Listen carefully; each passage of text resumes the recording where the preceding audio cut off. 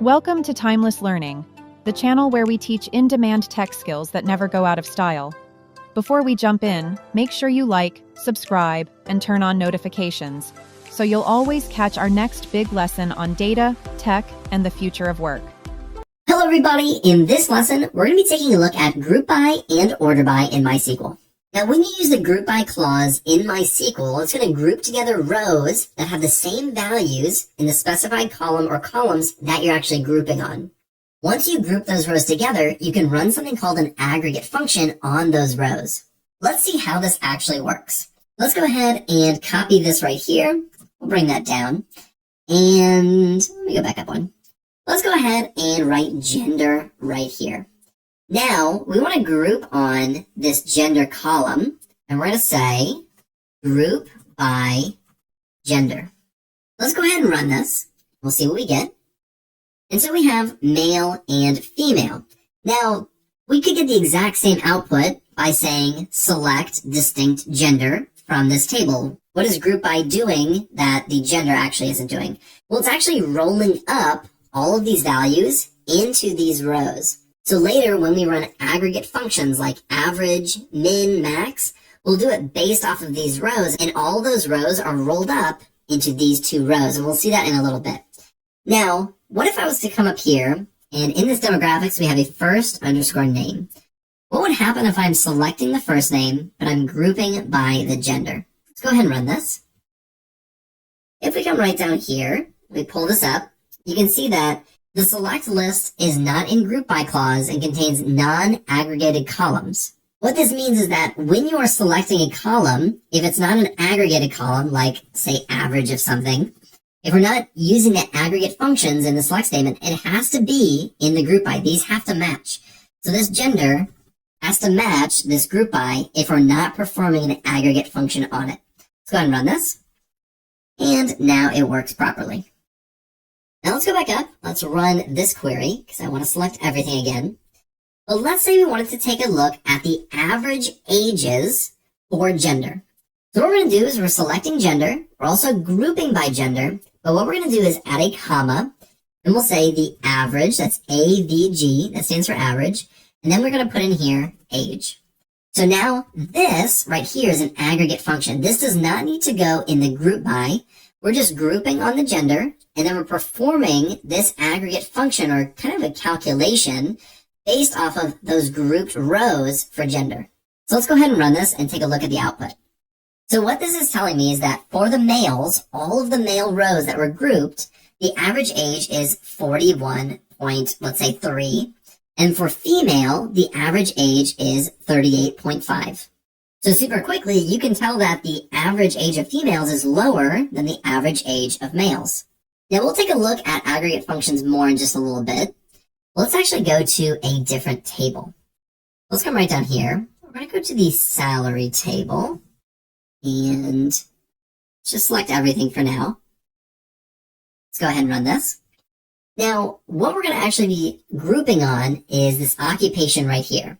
Now, there's a lot of unique values. It's not as distinct as the gender, which only had 2 values. You'll notice we do have a few that are the same. We have ones like office manager. So when we come up here, let's say occupation. And of course, we need to group by the occupation as well. Now let's run this. You'll notice that office manager only has 1 row. Let's say we also want to group on the salary. Let's say salary. Now we can group on multiple. So we're going to say salary, like this. So we're grouping on the occupation as well as the salary. Now let's run this. You'll notice that we have 2 rows for office manager now. This is because this salary and this salary for those 2 employees are different. We have 50,000 and 60,000. For this, I just wanted to demonstrate that if these had both been 50,000, there would only be 1 row. Office manager, 50,000. But because this is a unique value, different than 50,000, they have their own individual rows, which we would then perform our aggregate calculations on. Let's go and get rid of that because we will not be using that anymore. I just wanted to demonstrate it really quickly. So before we were looking at gender and average age, and we were also grouping on the gender. We can perform other aggregate functions as well. Let's take a look at some of those. We could look at the max age as well. The max is going to show us the highest value within each of those groupings. So we have a male and female. The max age for those, for the male, is 61, and the highest age for the female is 46. We do the exact same thing, except we can say min, or the exact opposite thing. We can say the minimum age. So this is going to be the lowest for both the male and the female. Go ahead and run this. Now we have female and male, and the minimum age is 29 and 34. And there is one last one that I want to show you, which is count. We're going to do count. Now count is going to count the actual rows within this age column. So if we run this, you'll see that we have 4 females for count, and we have 7 males. It's just telling us a count of how many values is in this column when we're actually grouping on the gender.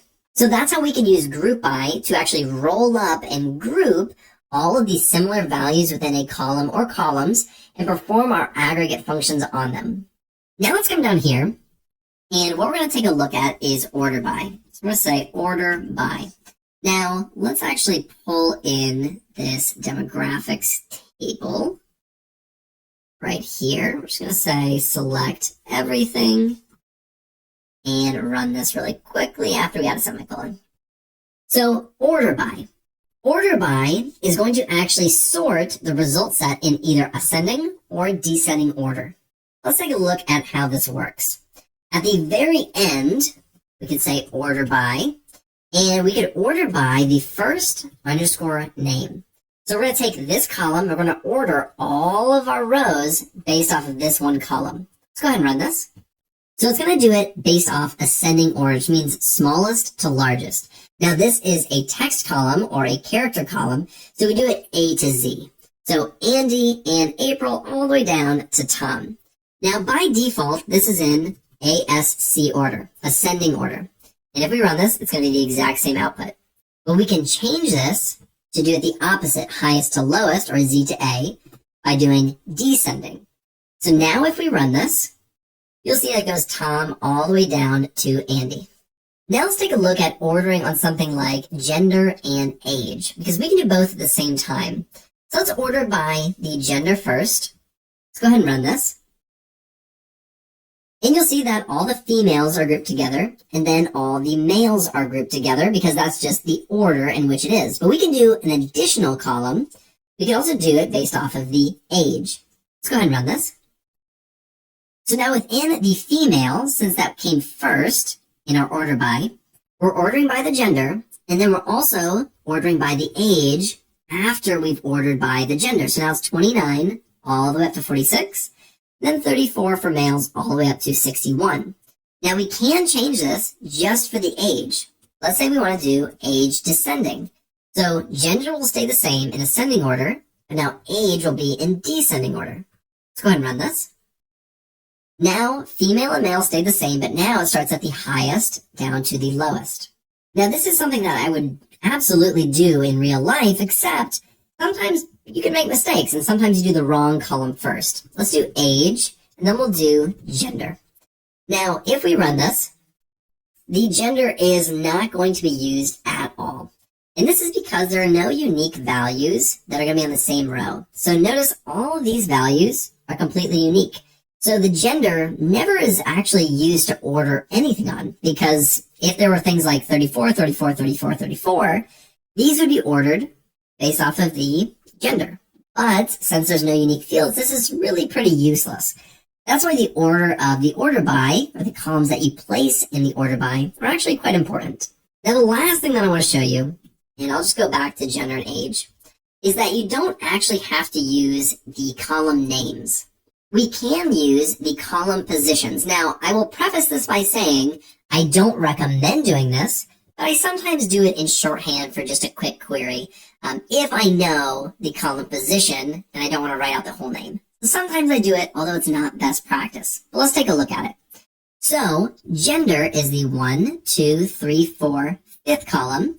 I'm going to replace this with 5, and age is the 1, 2, 3, 4 column. So these are the positions of the fields, but not the names of them. If we run it, we're going to get the exact same output because these represent these columns appropriately. But again, I just don't recommend it. It's kind of a slippery slope that I've fallen down myself many times. And when you get to more advanced SQL and you're creating things like stored procedures and triggers and all these things, this can actually cause a lot of issues. If you were to add any columns or remove any columns, then you'd be ordering by the wrong column because let's say this last name got removed, we didn't want it for some reason, then the gender is 1, 2, 3, 4. Now we're ordering on the wrong column, and that would be a big mistake. So, just by best practice, it is better to do gender, age, but I just wanted to show you that in case you want to be like me and kind of go down the wrong path. So, that is everything we're going to take a look at with group by and order by. In the next lesson, we're going to be taking a look at having versus where. Thanks for watching.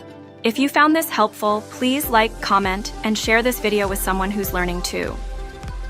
Don't forget to subscribe and tap the bell icon so you never miss another skill-packed lesson from Timeless Learning. Remember, the best investment you can make is in your own knowledge. Keep learning because growth is timeless.